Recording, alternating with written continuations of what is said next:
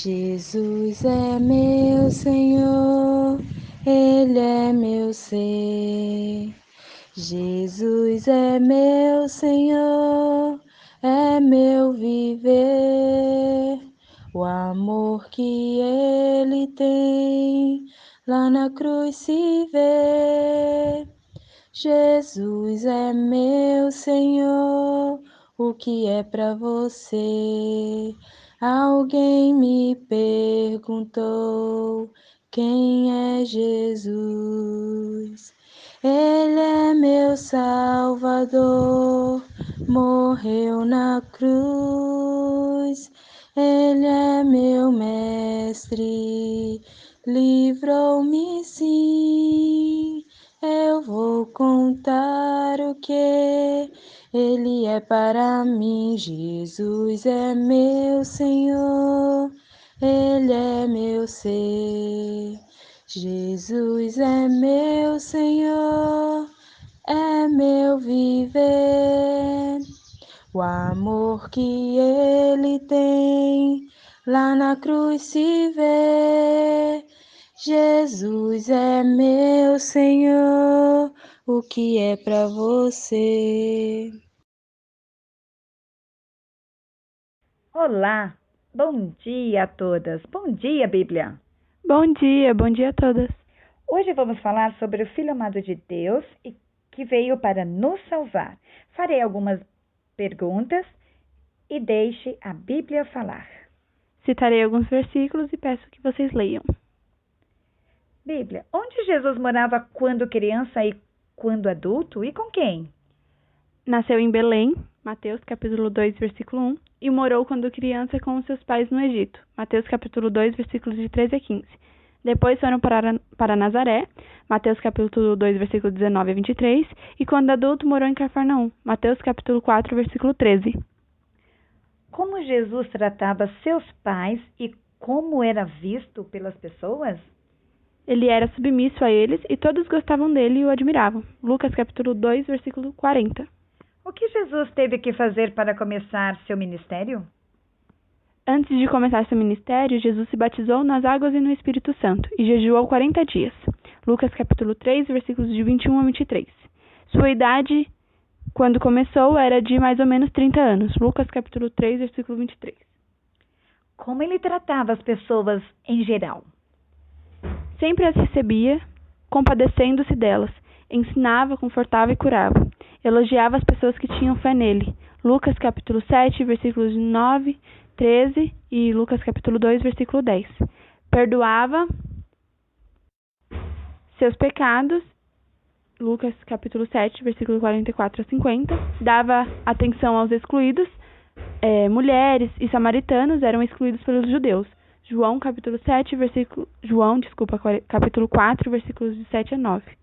E respondia com sabedoria e autoridade aos que o contradiziam. João capítulo 5, versículos de 39 a 47. Ok, vamos lá. Mais umas perguntinhas. Jesus trabalhava antes de começar seu ministério? Sim, como carpinteiro. Conforme o costume daquele tempo, os pais ensinavam sua profissão aos filhos, então Jesus exercia o mesmo ofício de José, por mais ou menos 18 anos, dos 13, quando o menino era considerado adulto, até os 30. Marcos capítulo 6, versículo 3. Ok. Quem eram os amigos e os inimigos de Jesus? Os amigos eram os discípulos, João capítulo 15, versículo 15. Maria, Marta e Lázaro, João capítulo 11, versículos de 1 a 5. Jesus tinha 3 amigos mais chegados, que eram Pedro, Tiago e João.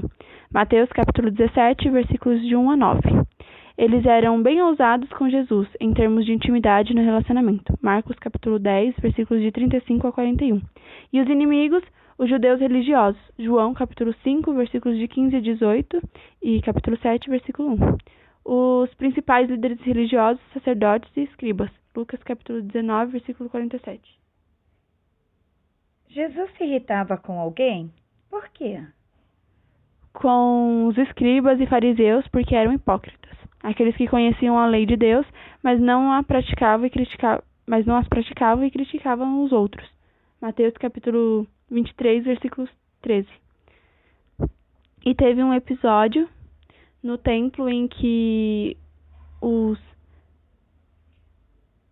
vendedores cobravam muito das pessoas, né? Obrigavam o povo a trocar o dinheiro. E aí Jesus se irritou e fez um chicote de cordas e saiu atrás dos vendedores e cambistas, expulsando homens e animais, virando as mesas e derramando o dinheiro dos cambistas pelo chão.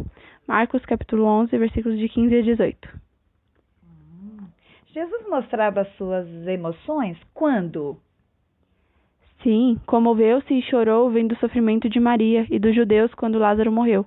João capítulo 11, versículos 33 a 38. Teve compaixão das multidões que o seguiam. Mateus capítulo 9, versículo 36.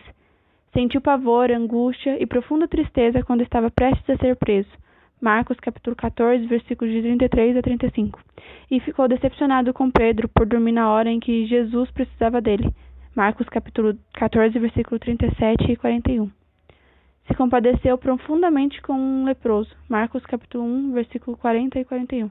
Entre muitos outros episódios. Muito bom, muito bom. Vamos lá. Mais uma perguntinha. E sobre sua morte? E se o espírito daquele que dentre os mortos ressuscitou a Jesus habitava em vós, aquele que dentre os mortos ressuscitou a Cristo também vivificará os vossos corpos mortais, pelo seu espírito que em vos habita. Romanos capítulo 8, versículo 11. E nós hoje, o que devemos fazer? Porque Deus tanto amou o mundo que deu o seu Filho unigênito, para que todo o que nele crê não pereça, mas tenha vida eterna. João 3,16. Não tenha medo do que você está prestes a sofrer. Saibam que o diabo lançará alguns de vocês na prisão para prová-los, e vocês sofrerão perseguições durante 10 dias. Seja fiel até a morte, e eu lhe darei a coroa da vida. Apocalipse 2:10. Amadas, vigiemos, pois nós não sabemos o dia da sua volta. Mateus 25:13. E que Deus nos abençoe. Pai bendito, de infinita bondade, Deus glorioso, obrigada, Paizinho querido, por mais um dia de vida. Obrigada, Senhor, pela sua serva que nos trouxe essa mensagem tão preciosa. Damos-te graças, Deus, porque é nosso refúgio, nossa fortaleza, e em Ti confiamos. Te agradecemos, Deus, pela sua palavra deixada para nós como guia, como escudo, tão viva e eficaz que nos alimenta, Senhor Deus. Te pedimos humildade no coração para que sejamos transformados de acordo com a sua vontade, pela sua palavra. Nos dê sabedoria e discernimento para compreender a Bíblia e colocá-la em prática nas nossas vidas. Fale, Senhor Deus, com os nossos corações e que possamos refletir o seu amor e tudo o que espera de nós. Perdoa, Senhor Deus, as nossas falhas, as nossas faltas. Nos reveste, Pai querido, com o seu amor, suprindo as nossas necessidades.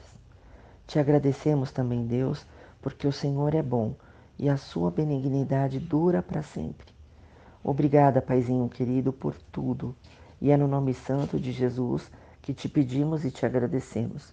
Amém.